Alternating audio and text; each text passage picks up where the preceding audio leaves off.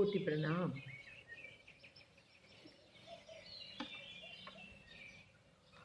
मेरे जीवन में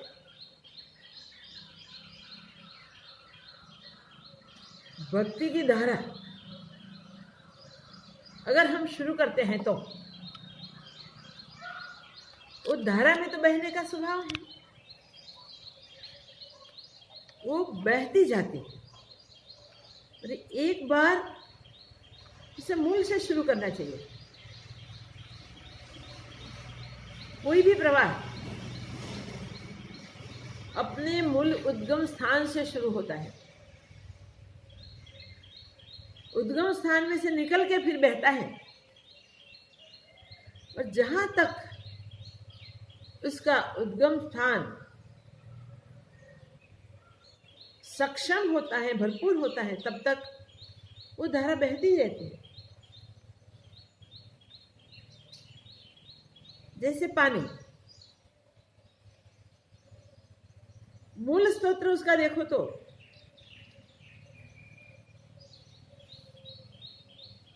विशाल जल राशि से शुरू होकर जब उसे मार्ग मिलता है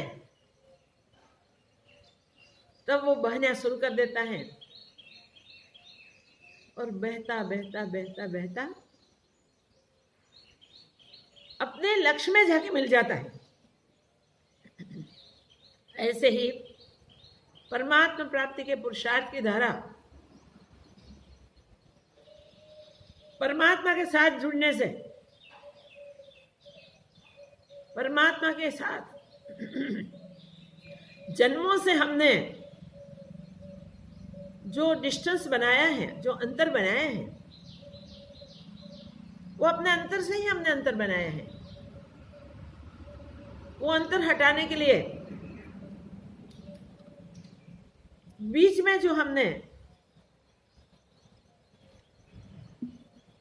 शिला जैसा ऑब्स्ट्रक्शन बनाया है, उसको हम हटाते हैं तब शुरू होता है। इसलिए उस ऑब्स्ट्रक्शन को हटाने के लिए हमें सावधान रहना चाहिए। वास्तव में परमात्मा और हमारे बीच कोई अंतर नहीं है। परमात्मा हमसे कभी दूर नहीं हो सकता। हम समझते हैं कि हम ईश्वर को नहीं मानते, नहीं जानते, नहीं जुड़ते, और हम उसका स्वीकार नहीं करते। हम दूर से दूर भागने की कोशिश करते हैं। हम याद करने के लिए भी कभी कभी मंजूर नहीं होते। अरे हम याद करते भी नहीं है, तब भी परमात्मा हमसे बिछड़ता नहीं है, दूर नहीं होता है। ऐसे परमात्मा को हम माने न माने, हम स्वीकारे न स्वीकारे, हम जानना चाहे न चाहे, मगर वो हमसे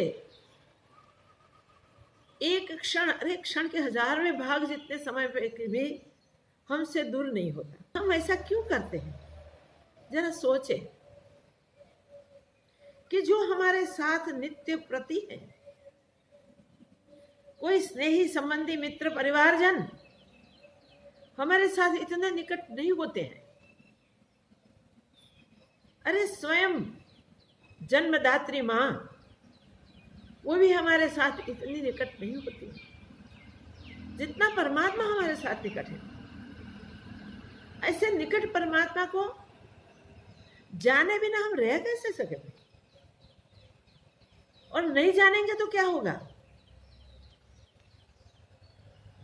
अगर एक बार ये सत्य हमें पता चलता है, तब हम उसे पाने के लिए उत्सुक हो जाते हैं। वे परमात्मा हमसे दूर नहीं है, और फिर भी हम उनसे अनजान। ऐसे कोई संत जन हमारे आंख खोल देते हैं और हमें संभलने के लिए सावधान करते हैं, तब हम उनसे डिस्टेंस बनाना नहीं चाहेंगे भाई। सोचेंगे कि हमने बनाया है, वो डिस्टेंस कैसे दूर हो जाए। इसको दूर करने के लिए हम सावधान रहेंगे और हम पुरुषार्थ शुरू कर देंगे। जब जन्मों तक भटकना पड़ता है और दुख के सिवा और कुछ हाथ नहीं लगता, अगर परमात्मा को प्राप्त करने के लिए हम कोशिश नहीं करेंगे तो इतनी समझ हमारी क्लियर हो जाती है, तब हम उसको पाने के लिए, उसको जानने के लिए, उसको स्वीकारने के लिए तैयार हो जाते हैं। और संतों के सानिध्य में जाके बार बार प्रश्न करते हैं कि इतनी आयु तो हमने गंवा दी, अब मिलेगा, अब होगा। जिज्ञासु जन के ये जिज्ञासा से जागते ही प्रश्न शुरू हो जाते हैं। और संत जन तो उदार आत्मा होते ही हैं, इसलिए वो हमारी मदद करते हैं। कहते हैं अवश्य एक घड़ी आधी में पुनि आध, तुलसी संगत साध की कटे कोटि अपराध, श्यावर रामचंद्र की जय।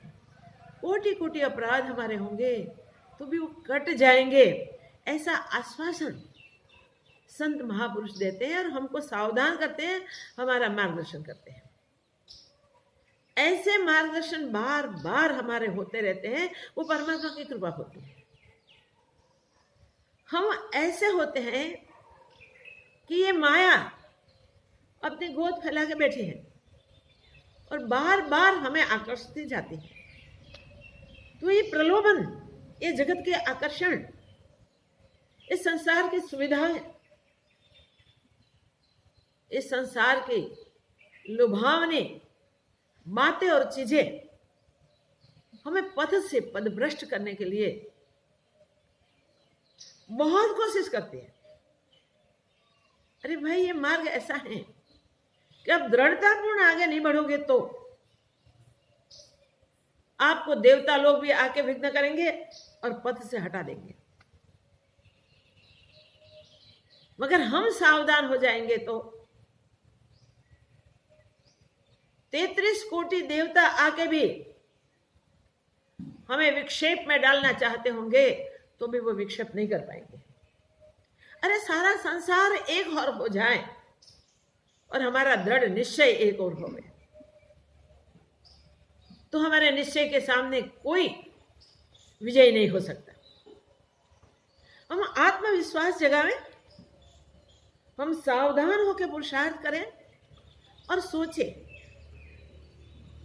कई बार ऐसे प्रलोभन भी मिलते हैं और सब संसार में भक्ति करके नहीं तर जाते, तैरते हैं, चैन से आराम से रहते हैं और बहुत भक्ति कर सकते हैं। वो तो उनके पास बहुत सुविधाएं होती हैं और हम इतना नहीं कर सकते। जब हम इस प्रकार सोचते हैं तब हमारा मन थोड़ा ढीला पड़ जाता है और तब ये विघ्न करता सब प्रसन्न होते हैं, वाह हमारी अब चलेगी। और उस विघ्नकर्ताओं के विघ्न आके हमें प्रलोभन में फंसा के, हमें तो ईश्वर प्राप्ति ही करनी है ना, हम जगत में कर पाएंगे। मगर जगत को पा सकते हैं, जगत में नहीं पा सकते ऐसे नहीं। कई संकटों के बीच कई भक्त पा गए हैं। मीरा, नरसिंह, तुलसीदास, कबीर, धना, पीपा, सजन, सेना, ये भक्त। ज्ञान मार्ग के प्रवासी ज्ञानदेव जी जैसे कई महासमर्थ पुरुष हो गए हैं। अरे आदि गुरु शंकराचार्य जी को भी देखो, कितने संकट, कितने संघर्ष, और कैसे वो सब उस स्वरूप की प्राप्ति के लिए, परमात्मा की प्राप्ति के लिए कितने दृढ़ रहे हैं। ये सब दृष्टांत हम देखें तब पता चले कि वाह, ये मार्ग जरूर इनिशियली कठिन है, मगर इस मार्ग पे हम दृढ़ आत्मविश्वास से चलते हैं तो वो हमारा अंतरस्थ, हमारा हृदयस्थ परमात्मा जो हमारे साथ प्रति पल है, वो हमारी रक्षा के लिए हमारे सामने आ जाता है और हमें संभाल लेता है। हमें कुछ करना ही नहीं पड़ता भाई, कुछ भी करना नहीं पड़ता, सिर्फ सावधान होना आवश्यक है। जब जब भगवान के शरणागत भी विह्वल हुए हैं, जगत की माया जाल ने उसको भी खींचने की कोशिश की है, तब तब उन्होंने शरण नहीं छोड़ा तो परमात्मा उसे संभाल लेते हैं। ये सावधानी मनुष्य से ही हो सकती है। इतर जीव तो जानते ही नहीं कैसे जीना, क्या करना, कैसे पाना, ईश्वर कौन, जीव कौन, कोई पता नहीं इतर योनि में। तो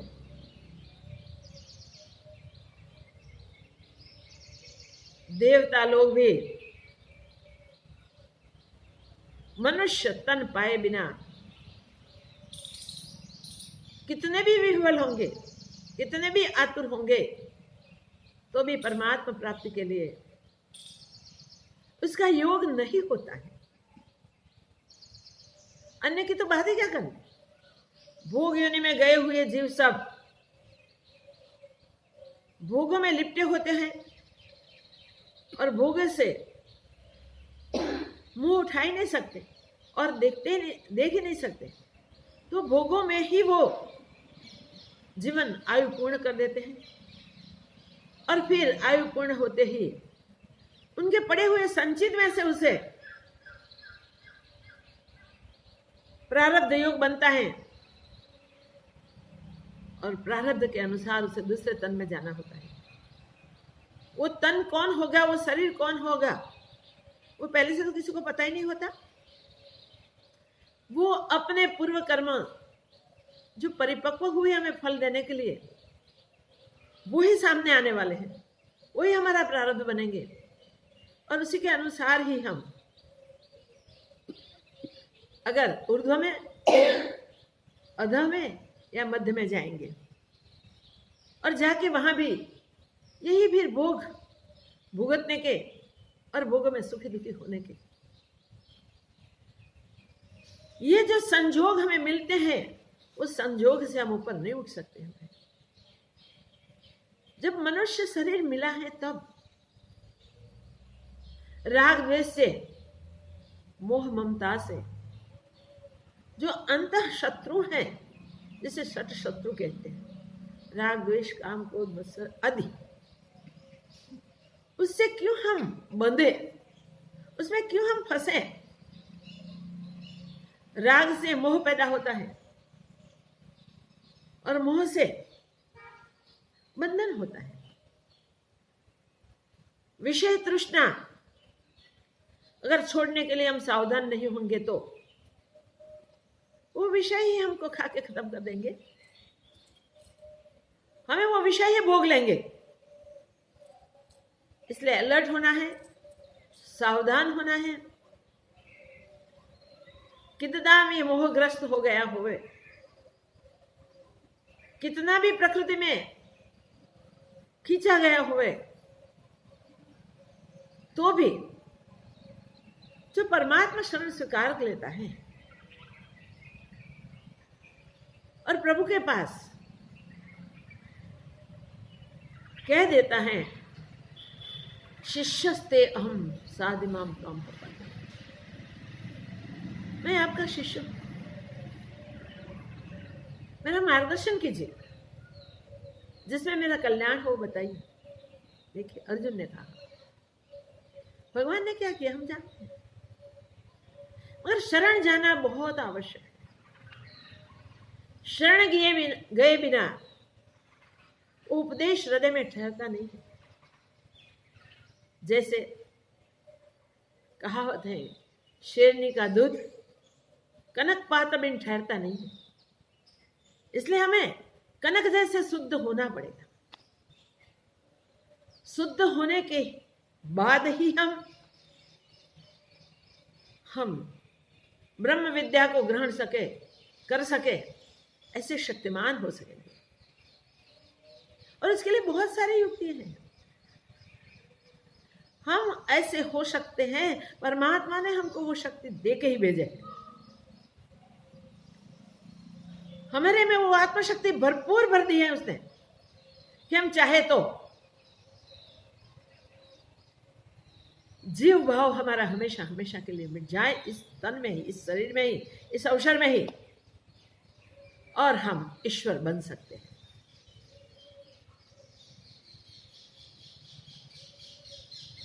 ये योग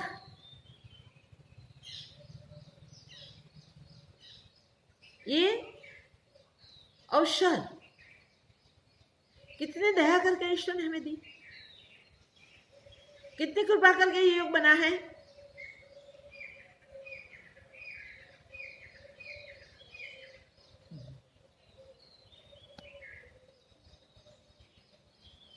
ईश्वर की ये दया हम याद करें, स्मरण करें और उसके उपकार के नीचे हम स्थित रहे, जुड़े रहे। जब इस प्रकार शरण जाते हैं तब भगवान हमें संभाल लेते हैं। जब हम निश्चय कर लेते हैं कि हमें परमात्मा प्रेम में सराबोर हो जाना है, हम प्रेम करेंगे और प्रभु में मिल जाएंगे, तो जरूर हमें वो चांस मिल जाता है और हमारा वो अनन्य प्रेम हमें परमात्मा में मिला देता है। अगर हम चाहें हमें इसी जन्म में मुक्त हो जाना है, तो मुक्त होने का अवसर हमें मिल जाता है और पुरुषार्थ करके हम ऐसे योगों का सदुपयोग करके हम इसी जीवन से ही मुक्त हो सकते हैं। दूसरे शरीर में जाना ही नहीं पड़ेगा। इसलिए सावधान हो जाएं। इसके लिए हमारे महापुरुषों ने, अनुभवी महात्माओं ने, संत जनों ने और सत शास्त्रों ने हमेशा हमारी मदद की है। हमेशा हमें उठाए जहां गिरे से वहां से, और उठा के हमको परमात्मा की गोद में बिठा दिया है। ये परमात्मा प्राप्ति की दो धारा बहती है। एक धारा है भक्ति की, हम शरण हो जाएं और ऐसी प्रेम की धारा बहाए, ऐसे प्रेम की धारा बहाए परमात्मा की, और परमात्मा विवश होकर हमारे पास आ जाए। उसको आना ही पड़ता है, वो अवश्य आता है, क्योंकि उसने कई बार कई स्थानों पे भक्तों को वो वचन दिए हुए हैं। गीता में कहा है भगवान ने, सर्वधर्मान परित्यज्य मामेकं शरणं व्रज अहम त्वां सर्वपापेभ्यो मोक्षयिष्यामि मा शुचः। तो भगवान ने कह दिया है, बस इतना कर, सब कुछ छोड़ दे, कुछ करना नहीं है, सिर्फ मेरे शरण आ जा।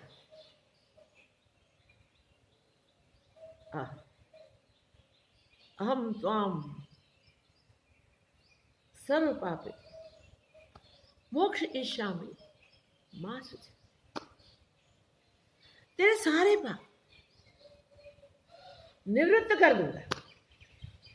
चिंता न कर, सोच नहीं कितने जन्मों के कितने कर्म होंगे, कैसे कर्म होंगे, कैसे निपटेंगे, कैसे इससे बच पाएंगे, क्या होगा, इसी जन्म में होगा या नहीं होगा। सबका ये प्रश्न तो होता ही है, इसी जन्म में हमें परमात्मा की प्राप्ति हो जाएगी या नहीं हो जाएगी।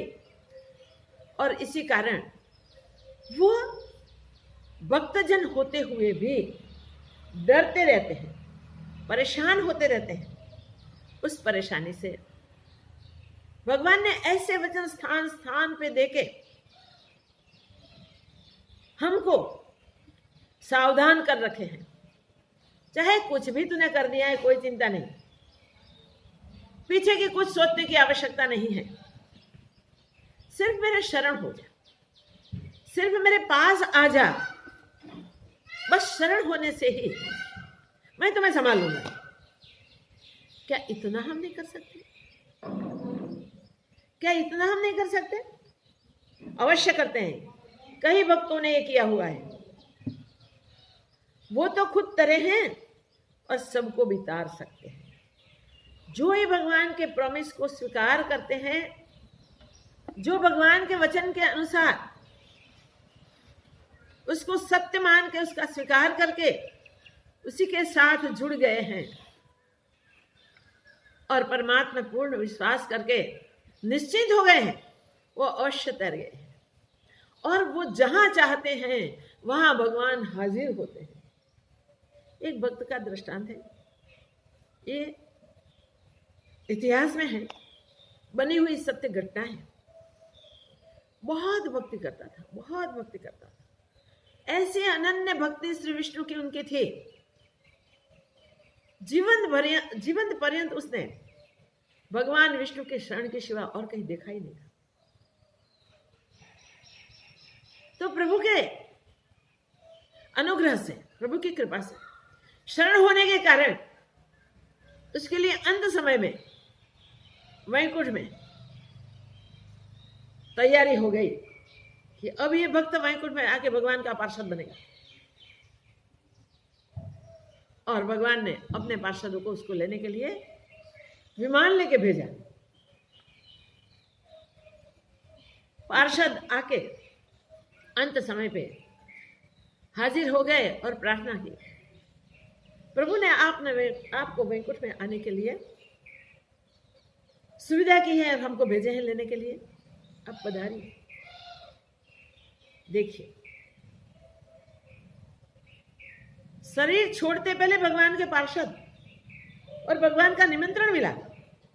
अंत समय आपका आ रहा है, आपको हमारे साथ पधारना है, आपका वैकुंठ में स्थान निश्चिंत हो चुका है, पधारिए।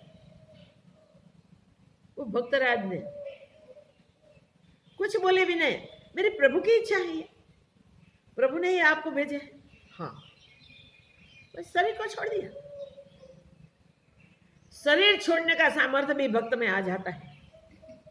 स्वेच्छा से वो अपना शरीर भी छोड़ सकता है। न उसे कोई कष्ट होता है, न कोई परेशानी शरीर छोड़ने में। तुरंत उसने शरीर छोड़ दिया, ना इधर उधर देखा, ना परिवारजन वाले क्या करेंगे, क्या सोचेंगे, दुखी होंगे, सुखी होंगे, कुछ भी सोचे बिना तुरंत तैयार हुए, विमान में बैठ के चले। आगे जाते ही रास्ते में कहीं जीव की चिचियारियां सुनाई दी। अरे पूछा, ये क्या है? महाराज, ये नरकगामी मनुष्य, जो भी नरक में पहुंचे हैं वो जीव, वहां अपने कर्मों की यातना भुगतते हैं। यातना से उनका जो चित्कार होता है, वो असह्य चित्कार का आवाज यहां तक पहुंचता है, हमारे मार्ग तक। अरे ऐसा सोचते थोड़ी देर में विमान जा रहा है, स्पीड ज्यादा होती है। सुनाई दिया कि वाह, ऐसे महापुरुष हमेशा हमको शांति देते रहे,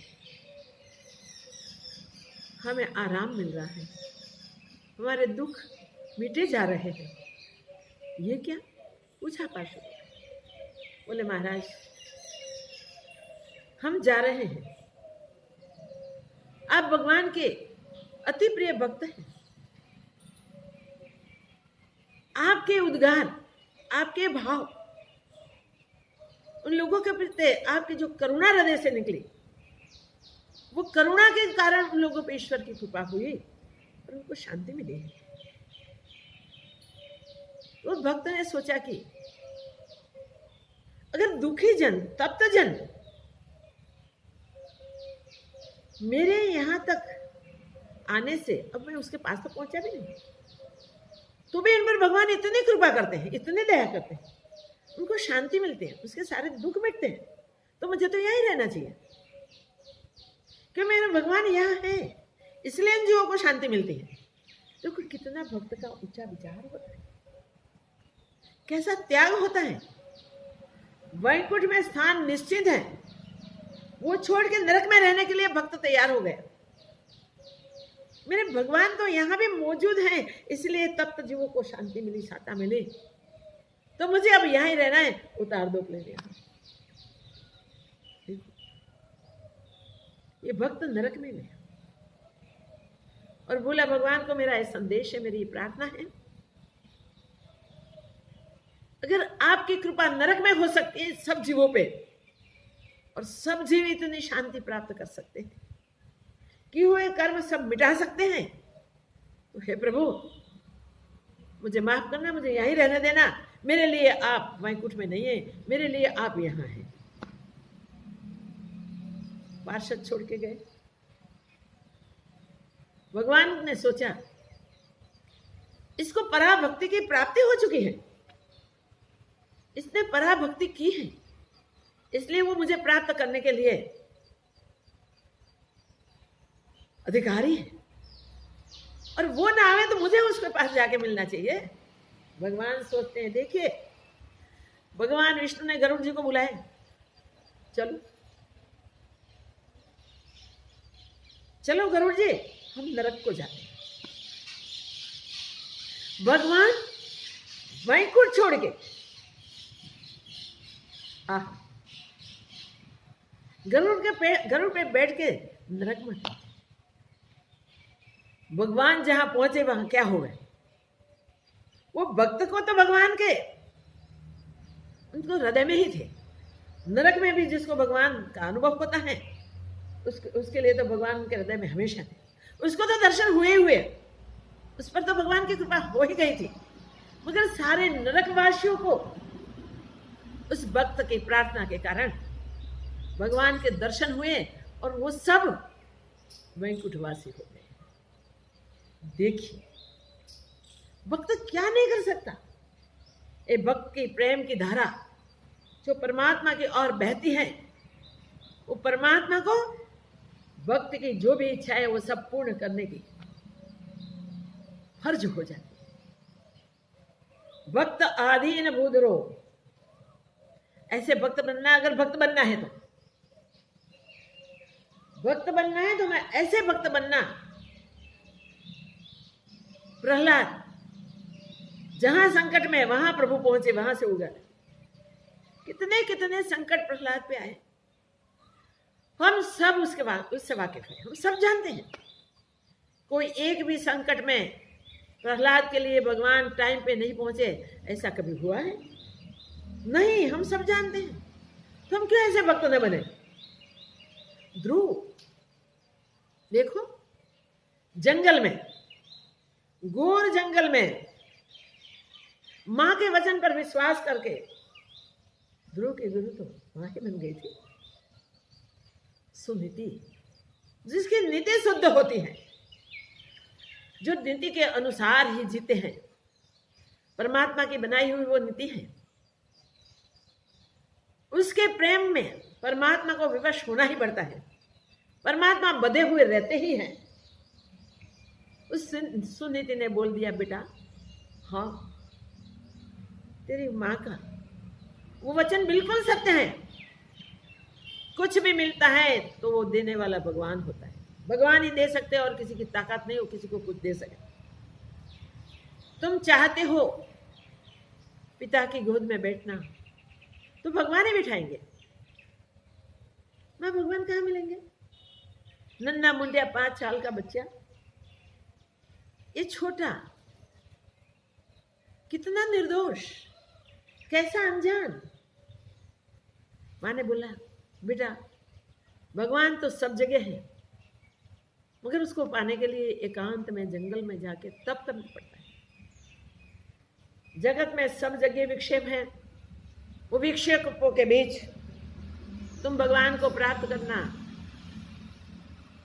आसानी से नहीं कर पाओगे, तेरे लिए मुश्किल होगा।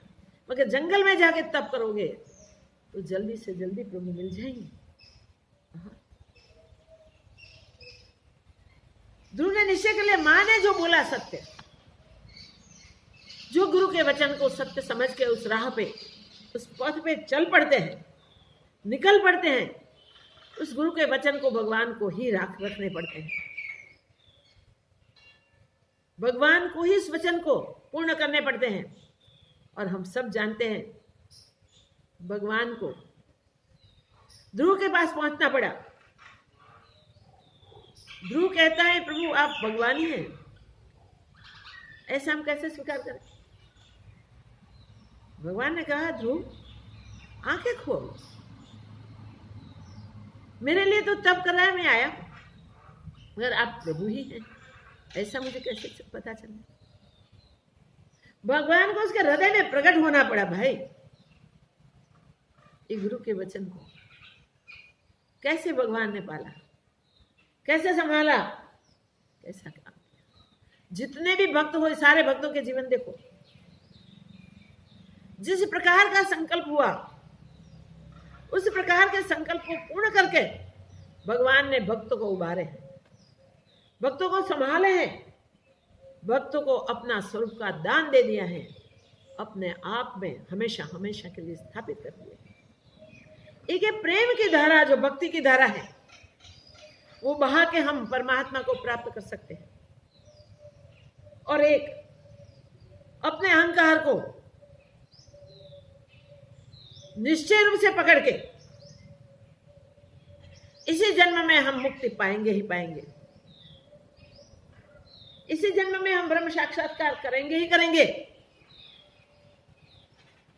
ऐसा निश्चय करके जो साधना करता है, जो अभ्यास करता है, वो अहंकार से भी परमात्मा को पा लेता है। एक शुभ इच्छा को पूर्ण करने के लिए सर्व इच्छाओं को जो समाप्त कर देता है, उनकी ये शुभ इच्छा अवश्य परमात्मा की ओर से पूर्ण हो जाती है। वो अपने पुरुषार्थ पे निर्भर होता है, मैं आत्म साक्षात्कार करके ही रहूंगा और इसी जन्म में ही कर लूंगा, ऐसा जिसका दृढ़ निश्चय होता है वो इसी जन्म में आत्म साक्षात्कार कर लेता है। भाई इसको आत्म साक्षात्कार के लिए दूसरा जन्म लेना नहीं पड़ता। भगवान ने हर समय हर परिस्थिति में हर निश्चय को, अगर सत्य निश्चय है, दृढ़ निश्चय है और इसी जन्म को सफल करने का निश्चय है, तो प्रत्येक ऐसे दृढ़ निश्चय का निश्चय को पूर्ण कर दिया है, उसको उसका परिणाम मिला है। इसलिए सावधान हो जाए, हम अलर्ट हो जाएं कि हम जिस पथ पर चढ़े हैं, जिस पथ पर आगे बढ़ने के लिए प्रयत्न कर रहे हैं, उस प्रयत्न को बढ़ाएं, उस पुरुषार्थ को डट के करें, संभल के करें और निश्चयात्मक रूप से स्वीकार करें कि हम इसी जन्म में सफल होने वाले हैं। तो जो इस प्रकार का निश्चय करके डट के चलते हैं, इसके लिए भगवान ने गीता में ही कहा है, ब्रह्मभूत प्रसन्नात्मा न सोचती न कांक्षती, कुछ भी सोचती नहीं, कुछ भी चाहते नहीं। ये प्रसन्न आत्मा पुरुष समः सर्वेषु भूतेषु, सब में मुझे देखता है, सर्वत्र सर्वभूतों में मुझे ही देखता है। मद भक्तिम लभते पर, कितनी बड़ी बात, मेरी पराभक्ति को प्राप्त करते हैं और पराभक्ति को प्राप्त करके वो मेरा ही स्वरूप को प्राप्त कर लेते हैं। अहंकार को भी भगवान पुष्ट कर देते हैं, मगर सच्चा अहंकार होना चाहिए। देह में अभिमान नहीं चलेगा, अभिमान, मगर इस शरीर में मैं आया हूं और परमात्मा ने मुझ पर कृपा की है, दया की है, मुझे सत्य का बोध सत्य शास्त्र और गुरुजनों से करवाया है। तो इस बोध को पकड़ के अवश्य मैं परमात्मा की प्राप्ति कर लूंगा। जिसका ऐसा निश्चय है उसको अवश्य परमात्मा की प्राप्ति होती है। अवश्यमेव वो भगवान की पराभक्ति करके परा से पर पहुंच जाता है और पूर्णता में स्थित हो जाता है।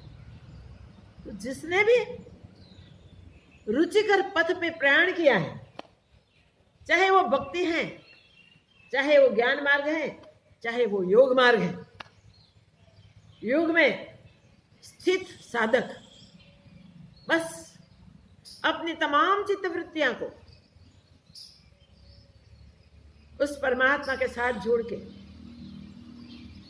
चित्त में रहे हुए ब्रह्म चक्र के साथ संलग्न हो जाता है। वो योग मार्ग से ब्रह्म स्वरूप को प्राप्त कर लेता है। ज्ञान मार्ग का प्रवासी सतशास्त्रों और महापुरुषों के बोध को पकड़ के अपने चित्त की वृत्तियों को स्वरूप के साथ जोड़ के एक एक वृत्तियों को ब्रह्माकार करके पूरा ब्रह्मचक्र में मिलकर ब्रह्माकार हो जाता है। वो ब्रह्माकार वृत्ति वाला पुरुष अद्वैत ब्रह्म को अवश्य प्राप्त कर लेता है। निश्चय से उसे सर्वत्र सर्व में एक ही पूर्ण ब्रह्म भासित होता है। इसकी दृष्टि सम हो जाती है। इस दृष्टि में अन्य कुछ दिखाई नहीं देता। उसे न प्रकृति का ये विस्तार दिखाई देता है, न उसे अहम मम त्वम का भेद दिखाई देता है। वो देहाभिमान को त्याग के हमेशा हमेशा के लिए आत्म स्वाभिमान में स्थित हो जाता है और आत्मनिर्भर बन के पूर्ण शरण जो सर्वत्र है उसके होके उस सर्वात्मा परमात्मा को प्राप्त कर लेता है इसी जन्म में। भाई याद रखो, वो सदैव प्रसन्न रहता है, उसे निश्चय हो जाता है इसी जन्म में मुझे आत्म साक्षात्कार होने वाला ही है, इसी जन्म में पाके ही रहने वाला हूं, करके ही रहूंगा। ऐसा दृढ़ निश्चय करके वो साधना करता है, पुरुषार्थ करता है और उसकी प्रार्थना, उसका पुरुषार्थ यही है कि जहां तहां दृष्टि जाए वहां उसे ही वो देखता है, उसे अन्य कुछ दिखाई नहीं देता। न रूप दिखते हैं, न किसी के गुण दिखते हैं, न किसी के स्वभाव दिखते हैं, उसे एक ब्रह्म ही भासित होता है। ये ब्रह्मानुभूति उसे हमेशा हमेशा के लिए हो जाती है। तब अद्वैत का दृढ़ निश्चय हो जाता है। अद्वैत ब्रह्म जो एक भी नहीं और दो भी नहीं, वो एक भी नहीं हुआ तो द्वैत की तो बात ही कहाँ करनी, दूसरा की बात ही कहाँ करनी, तो अनेक की तो जगह ही कहाँ। न एक है, न दो है, न अनेक है, वो ही वो स्वयं ही स्वयं है। इसलिए हमें समझाने के लिए उसको अद्वैत ब्रह्म कहा है। तो जो हम के पथ पे चलते हैं मगर सत्य की प्राप्ति के लिए चलते हैं, देहाभिमान छोड़ के आत्म स्वभाव में स्थित होने के लिए प्रसन्न प्रसन्न होके प्रभु के वचनों को याद करके सही पुरुषार्थ शास्त्र के मार्गदर्शन के अनुसार संत जैसे बताते हैं वैसे पुरुषार्थ कर लेते हैं, वो अवश्य आत्म साक्षात्कार इसी जन्म में करते हैं। अब परमात्मा साक्षात्कार और आत्म साक्षात्कार दोनों भिन्न नहीं है। भक्त भक्ति के मार्ग से अभ्यास करके सब में वही परमात्मा को देख के जहां बैठा है वहां अपने इष्ट के रूप में उसे पाता है और उसी में जाके मिल जाता है। शबरी कैसे मिल गई थी, कई कितने दृष्टांत है, क्या क्या दृष्टांत देवे। तुलसीदास ने कैसे पाया, कबीर जी ने कैसे पाया, ज्ञानेश्वर आदि भाइयों ने बहनों ने सबने मिलकर मुक्तिबाई के साथ कैसे स्वरूप की प्राप्ति की।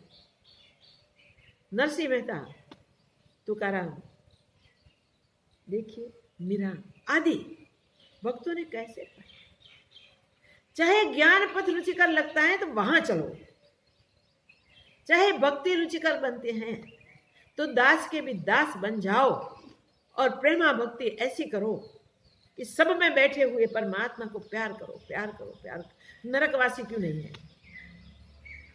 अधम में अधम जीव क्यों नहीं है? उससे भी शांति देने के लिए तुम्हारा हृदय द्रवित हो जाना चाहिए। दयाद्र हृदय परमात्मा का होता है, भक्त का वैसा हृदय हो जाता है। और इससे भगवान को उस भक्त के इष्ट के रूप में, जो भी इष्ट है उसमें रूप में जाके उसे अनुभव करवाना होता है। जिसको ब्रह्मानुभूति ही करनी है, जो वही पुरुषार्थ करता है ज्ञान मार्गी, सब में वही परमात्मा बैठा है, सब में वही ब्रह्म है, वही ब्रह्म सब कुछ बन के बैठा है, सारे रूप उसी के ही हैं। ऐसा समझ के प्रसन्न प्रसन्न होके सब में उसी का दीदार करते करते, सब में उसी को ही देखते देखते अपने स्वरूप में स्थित हो जाता है। उसे परमात्मा उनकी पराभक्ति देते हैं।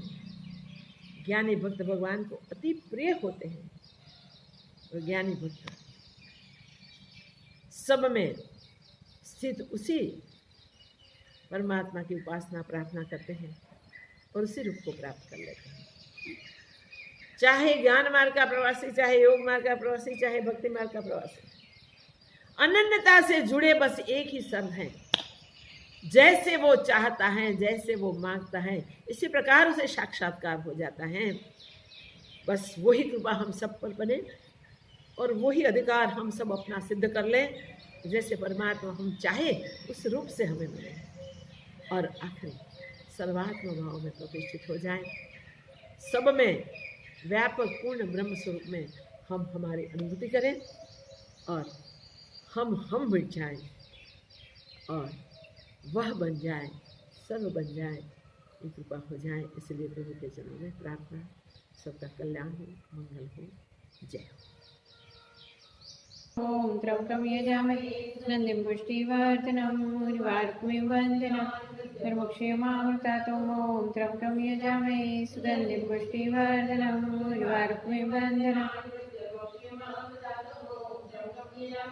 सुगन्धिं पुष्टिवर्धनम् उर्वारुकमिव बन्धनान् मृत्युर्मुक्ष्यमामृतात्। ओम त्र्यंबकं यजामहे सुगन्धिं पुष्टिवर्धनम् उर्वारुकमिव बन्धनान् मृत्युर्मुक्ष्यमामृतात्। ओम त्र्यंबकं यजामहे सुगन्धिं पुष्टिवर्धनम् उर्वारुकमिव बन्धनान् मृत्युर्मुक्ष्यमामृतात्। ओम त्र्यंबकं यजामहे सुगन्धिं पुष्टिवर्धनम् उर्वारुकमिव बन्धनान् मृत्युर्मुक्ष्यमामृतात्। ओम त्र्यंबकं यजामहे सुगन्धिं पुष्टिवर्धनम् उर्वारुकमिव बन्धनान् मृत्युर्मुक्ष्यमामृतात्। ओम त्र्यंबकं यजामहे सुगन्धिं पुष्टिवर्धनम् उर्वारुकमिव बन्धनान् मृत्युर्मुक्ष्यमामृतात्। ओम त्र्यंबकं यजामहे सुगन्धिं पुष्टिवर्धनम् उर्वारुकमिव बन्धनान् मृत्युर्मुक्ष्यमामृतात्। ओम त्र्यंबकं यजामहे सुगन्धिं पुष्टिवर्धनम् उर्वारुकमिव बन्धनान् मृत्युर्मुक्ष्यमामृतात्। ओम त्र्यंबकं यजामहे सुगन्धिं पुष्टिवर्धनम् उर्वारुकमिव बन्धनान् मृत्युर्मुक्ष्यमामृतात्। ओम त्र्यंबकं यजामहे सुगन्धिं पुष्टिवर्धनम् उर्वारुकमिव बन्धनान् मृत्युर्मुक्ष्यमामृतात्। ओम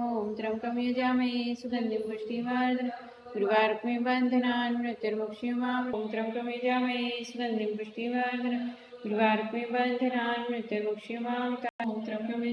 मृत्युर्मुक्ष्यमामृतात्। ओम त्र्यंबकं यजामहे सुगन्धिं पुष्टिवर्धनम् उर्वारुकमिव बन्धनान् मृत्युर्मुक्ष्यमामृतात्। ओम त्र्यंबकं यजामहे सुगन्धिं पुष्टिवर्धनम् उर्वारुकमिव बन्धनान् मृत्युर्मुक्ष्यमामृतात्। ओम त्र्यंबकं यजामहे सुगन्धिं पुष्टिवर्धनम् उर्वारुकमिव बन्धनान् मृत्युर्मुक्ष्यमामृतात्। ओम त्र्यंबकं यजामहे सुगन्धिं पुष्टिवर्धनम् उर्वारुकमिव बन्धनान् मृत्युर्मुक्ष्यमामृतात्। ओम त्र्यंबकं यजामहे सुगन्धिं पुष्टिवर्धनम् उर्वारुकमिव बन्धनान् मृत्युर्मुक्ष्यमामृतात्। ओम त्र्यंबकं यजामहे सुगन्धिं पुष्टिवर्धनम् उर्वारुकमिव बन्धनान् मृत्युर्मुक्ष्यमामृतात्। ओम त्र्यंबकं यजामहे सुगन्धिं पुष्टिवर्धनम् उर्वारुकमिव बन्धनान् मृत्युर्मुक्ष्यमामृतात्। ओम त्र्यंबकं यजामहे सुगन्धिं पुष्टिवर्धनम् उर्वारुकमिव बन्धनान् मृत्युर्मुक्ष्यमामृतात्। ओम त्र्यंबकं यजामहे सुगन्धिं पुष्टिवर्धनम् उर्वारुकमिव बन्धनान् मृत्युर्मुक्ष्यमामृतात्। ओम त्र्यंबकं यजामहे सुगन्धिं पुष्टिवर्धनम् उर्वारुकमिव बन्धना मृत्युर्मोक्ष्यमामृतात्। ॐ नमः पार्वतीपतये।